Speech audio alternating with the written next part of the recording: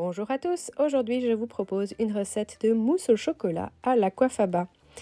Qu'est-ce que c'est l'aquafaba? C'est l'eau que vous trouvez dans une canette de pois chiches. Ensuite, quand vous avez bien goûté vos pois chiches, eh bien vous allez pouvoir récupérer l'aquafaba et peser cette quantité. Cette quantité X, eh bien c'est la même quantité qu'il vous faudra de chocolat noir et ensuite un tiers à peu près de cette quantité en sucre. On va commencer à monter l'aquafaba avec un batteur électrique, à le monter comme des blancs d'œufs en neige, en rajoutant petit à petit un petit peu de sucre. Le sucre va pouvoir permettre à l'aquafaba de rester bien monté en neige et rester un peu solidement en neige.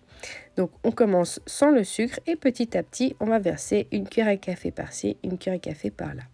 Ça prend un tout petit peu plus de temps que des blancs d'œufs à monter en neige, mais ça se monte de la même façon.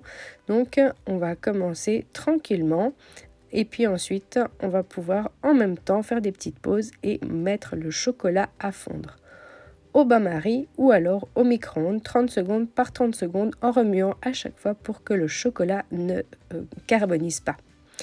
On remue pour que le chocolat soit bien homogène et quand tout est bien en neige, on va pouvoir incorporer le chocolat. Donc le sucre est complètement incorporé à l'aquafaba et quand on voit que le batteur laisse des traces, c'est que c'est assez bien monté et on va pouvoir incorporer tranquillement à la maryse le chocolat. Et c'est tout. Donc il va falloir bien remuer pour que cela soit bien homogène. Et ensuite, on va pouvoir mettre dans un plat de service ou des petits pots individuels. Et ensuite, on va mettre au frigo pendant quelques heures avant de le déguster. Sans le dire à votre famille ou à vos invités, n'hésitez pas à leur faire goûter et leur demander s'ils arrivent à deviner tous les ingrédients de la mousse.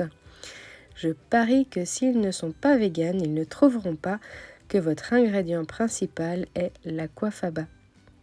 Si vous voulez d'autres recettes avec de l'aquafaba, vous en trouverez sur le blog pinkcappuccino.ch. Il y a de délicieux croquants aux noisettes ou aux amandes. Si vous testez la recette, n'hésitez pas à laisser un commentaire. Bonne dégustation et à bientôt pour plus de recettes.